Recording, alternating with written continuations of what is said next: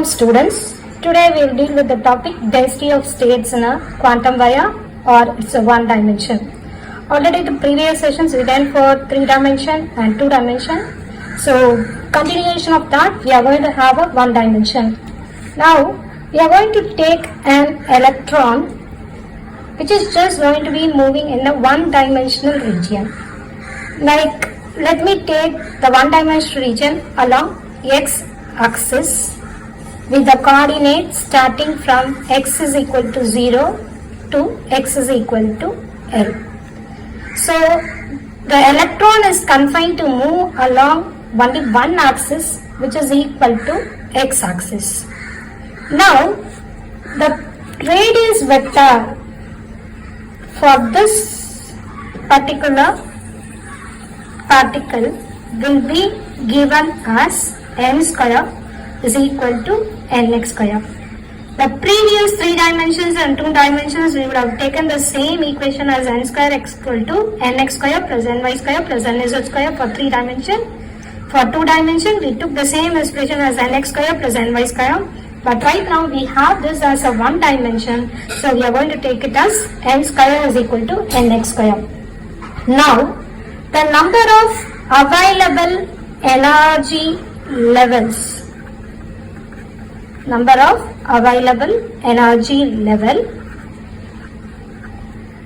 in between the length n and n plus dn. Now you have to recall the expressions which we went for the last 2 sessions.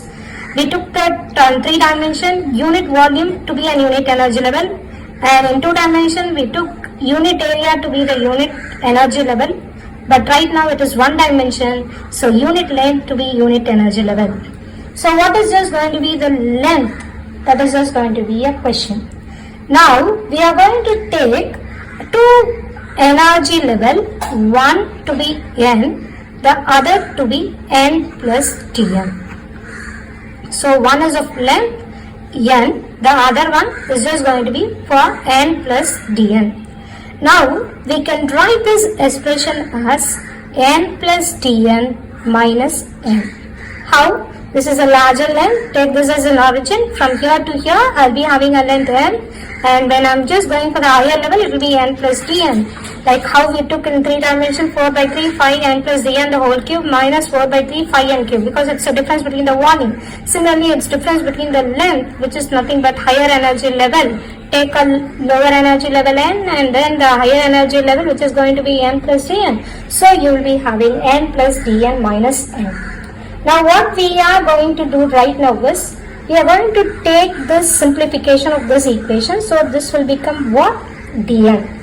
Now the number of available energy level as of now, the number of available energy level right now reduces to dn.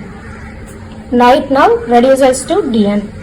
This dn is nothing but 8m star by h square whole power 1 by 2 L into 1 by 2 e power minus 1 by 2 into dE. This explanation has already been given in the 2 sessions, but anyway I am just going to give a recap. Please see, you have an energy E for a particle in a box which is equal to n square h square divided by 8 m star L square. Now what is your n square? Is nothing but you just interchange these terms, you will be getting 8 m star L square E divided by h square. I want to find out my n, so take the square root. When you are going to take the square root, leaving alone the L square term, all the terms you take the square root. L square, when you are taking square root, it will become L. Then you differentiate, as I just said, then energy level changes, n changes, like E changes. Say for example, at the lower energy level, it will be energy less. As you go for higher energy level, the energy will be more. So as n changes, E changes. So the only variable what is left out is only E. So what are the other constant? 8m star by h square. You are taking it separately, it's a constant. Length for a given particle in a given particular dimension, it's a constant. So it's going to be L constant. And what is the only variable? E power 1 by 2. So what is differentiation of e power 1 by 2? 1 by 2 e power minus 1 by 2 dE. So this expression as of I'm taking, and then I'm just going to substitute over here. Now the next step is I just want to find out the number of available energy states. The number of available energy states, as you know, in one energy level you will be having two states. So the next energy level you will be having again two states. So if you are going to have n numbers of energy level, you will be having 2n numbers of states. So what I should do, I have to multiply this equation with respect to 2 so that I will be getting my number of states. The next one, when I will be reducing this 2 and 2 will be getting cancelled, and I will be having 8m star by h square whole power 1 by 2 L e power 1 by 2 into dE. Next, like the previous 2 dimension and 3 dimension, we are going to find out the number of available energy states, which I can also call it as quantum states per unit length. So for per unit length, what I have to do is take the same equation and divide it by L. So I will be having the same expression. I am going to divide it by L. Now this L and L will get cancelled. What is the left out term? I am going to write it as 8m star by h square whole power 1 by 2 e power minus 1 by 2 dE. Next, the number of available energy states per unit length per unit energy. So per unit length is already there. We wanted for per unit energy. So the same expression what we got, we are going to calculate for unit energy. So I am dividing it by dE. When I am dividing it by dE, I will be getting the expression as 8m star by h square whole power 1 by 2 e power minus 1 by 2. This is called density of energy states, which is also called as DOS. It is represented as Z of E, which is equal to 8m star by h square whole power 1 by 2 e power minus 1 by 2. Now we are going to have the same expression in terms of h cross. What we are going to do? H, we are going to put it as h cross into 2 phi. Why? H cross is equal to h divided by 2 phi. So we are taking this equation. Now we are going to substitute in the previous equation. So 8m star by h square. H square is equal to what? H cross square. 2 phi the whole square, it will become what?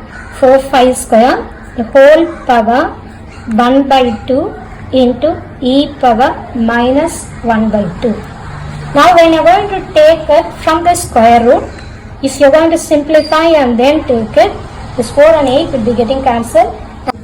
So the final expression is 2n star the whole power 1 by 2 phi h cross e power minus 1 by 2. See, this phi square, h cross square has been taken from the square root, and you are going to have only phi h cross. This is just going to be density of energy state for one dimension, so I have just written it as 1D. This is applicable for all the energies which is greater than or equal to that of the ground state energy. Now the same expression I am just simplifying and writing it as Z of E 1D is equal to 1 by 5 H cross square root of 2m star divided by E minus E naught. Okay, the same expression 1 by 5 H cross square root of 2m. This square root of E, when I am removing this minus, you will be having it at the denominator. Since I have given E is greater than or equal to E naught, I am just putting it as E minus E naught. So what you are coming to know right now is the density of energy states for one dimension is not depending on any other parameter apart from E. Why? Because you are going to have my H cross Planck's constant, which is a constant, and this is 5 a constant, and here you have your m star, which is again a constant. So the only variable which you are going to have is E, which is to the power of minus 1 by 2. Now we come to a conclusion. Z of E for one dimension is directly proportional to e power minus 1 by 2. So I can write this in the format 1 by 5 H cross, the same expression 1 by 5 H cross square root of 2m star divided by E minus E naught, and now I just add a repetition term which is nothing but sigma of E minus En. Now when we are going to plot a graph for energy versus density of states, energy along x-axis and density of states along y-axis, I get a curve of this which is not going to be continuous, but it is quasi-continuous, which is just going to be called as quasi-continuum, and this is called this continuum which is discontinuous, as I said,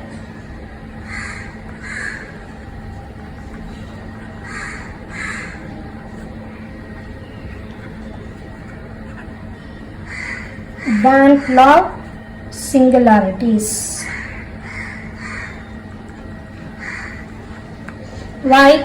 It's because we had the previous case, it's continuous for 3 dimension, but right now here it's having a break and it is having a repetition function, so it is called as quasi-continuum, and this discontinuity is called as Bank law singularities. Our next topic is density of states in a quantum dot.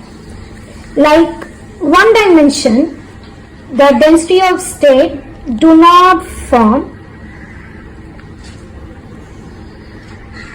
quasi-continuum, but it is discrete. How? Say for example, I am just going to take a particle. It is neither moving along x-axis, neither moving along y-axis, neither moving along z-axis. So it is restricted in all the 3 dimensions, and it is confined to a single point which we call it as dot. That is why we took it as a quantum dot. So here, because the motion is restricted and it is confined to a small region which is going to be taken as a dot, here that level will be occupied by 2 electrons only. So the energy is going to be discrete and it forms a delta function.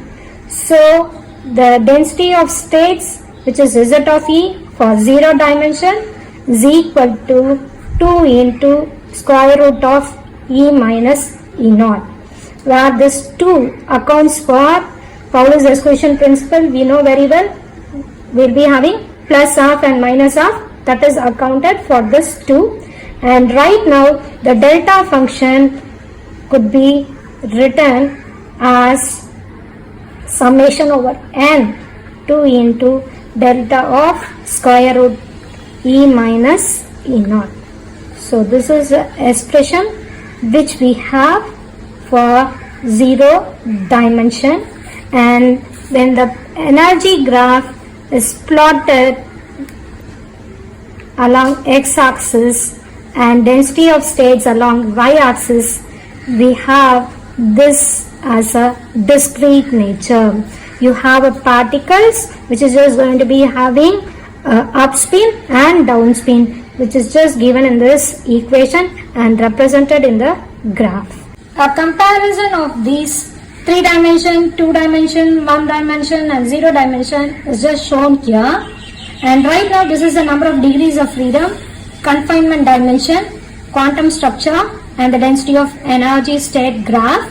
Please see here, when the degree of freedom is 3, which means for a bulk material it can move in x-axis, y-axis as well as z-axis, then you have no confinement, that is why it's written as 0, and here you can just see it to be a continuous graph. And when you're going to go for 2 dimension where it is free to move in x and y, just imagine this to be a x and this to be a y, and confinement, it is not moving along z-axis, that is what is given in 1 dimension, it's confined. And now you have a quantum bell structure, and this is a graph which is representing for your quantum bell.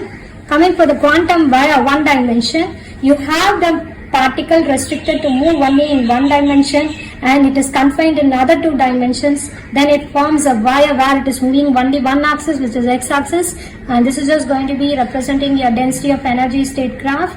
And when you're going to go for 0 dimension where it is neither moving along x or y or z, it is confined in all the 3 dimensions, then it will be forming a dot where it cannot move. It's a small point which we represented already in 0 dimension, and the energy graph for density is just going to be given, density of energy state graph is just plotted here. Thank you.